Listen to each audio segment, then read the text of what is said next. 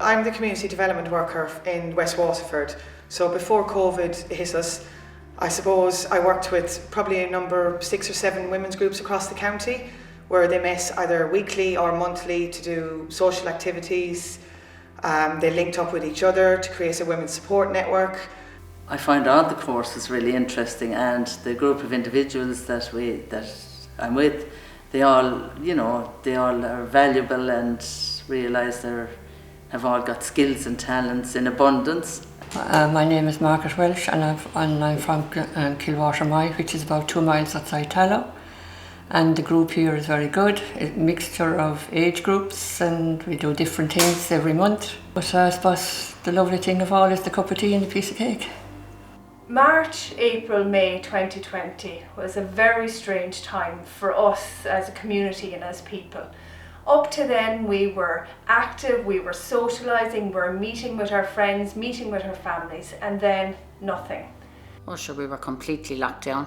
We're cut off, as you know, unless people are coming to Portlaw for a reason. There's no reason for traffic to come through it or anything. We partnered with Waterford Wexford ETB and developed Waterford Women's Creative Cocoon, which was an online Facebook private page and also a way to bring all the women's groups together during this time. And since then we have developed different interventions to keep people engaged and hopefully entertained. We have women who are making masks for vulnerable communities, and they're inspired to do so because of their own experiences with illness, and just really touching stories that have just made them give back in a really charitable, really lovely way.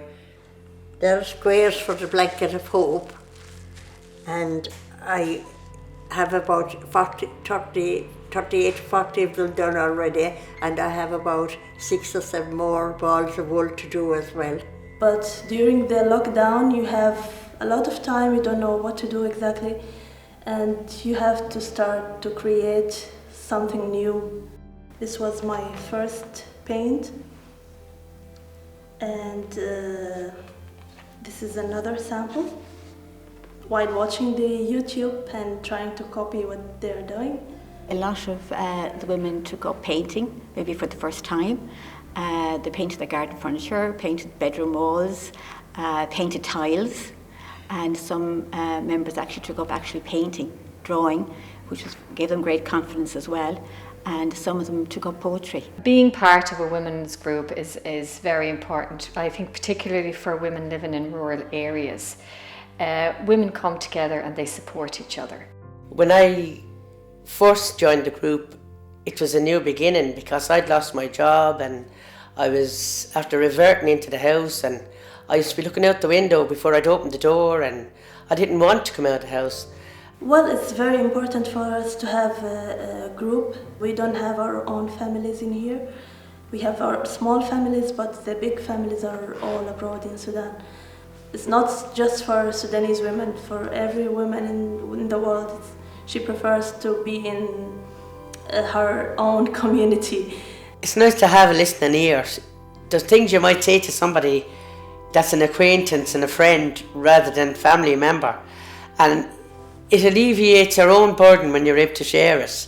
So this was written back in the 23rd of March. We were just into lockdown.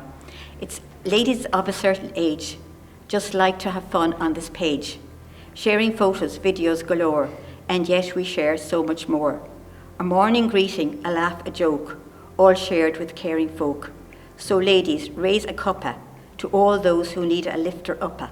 Smile and say, tomorrow will be a sunnier day. I'm into cycling, right? So I got up on my bike and I cycled further than I should have cycled. Instead of cycling going out like the 2 kilometres, I might have gone, you could add a 1 in front of it. But I just felt I wasn't doing anything to anyone, and I felt I needed to get out. Well, we had a new baby. We call it the COVID-20 baby. Grand little fella, 960, came into the world. She had a tough time bringing him into the world, so that took away all the negativity. We had something to celebrate during it.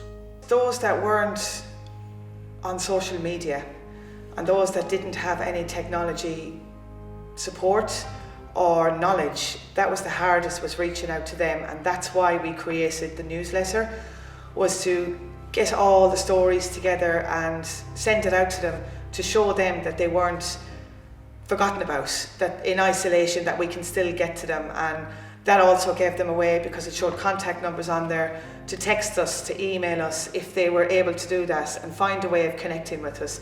That was the hardest thing, I think, was finding those women who couldn't connect with us on social media. One of the ladies, she lost her husband, and the hardest part for us was that we couldn't meet her. You couldn't be there for her, only in your texts or your WhatsApp group.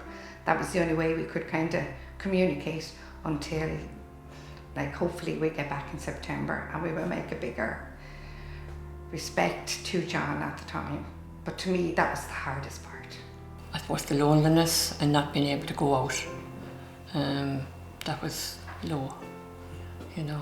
Well, I suppose hearing the people dying then, feeling sorry for them, but I used to listen to the news an awful lot. Just one news would be okay, because you got what you wanted in that. Not being able to go to Dublin to see my mother. She's 87. I think she doesn't really understand that it's not gone yet. She thinks it's, and I think she put her arms out, and it was just hard. That was very hard. I think there were good days and bad days, and I think everybody came across, faced the wall. And no matter how good you felt, there was a day when you faced the wall and you thought, gosh, this is never going to end.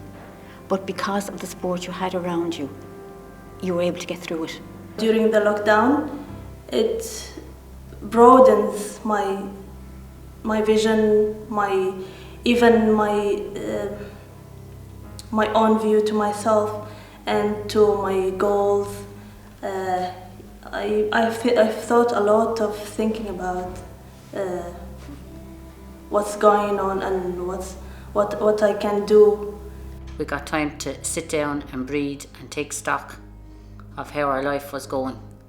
I would have had a sister in hospital for 7 months before that, and we were in and out to Arkeen, and thank God she got home before the lockdown.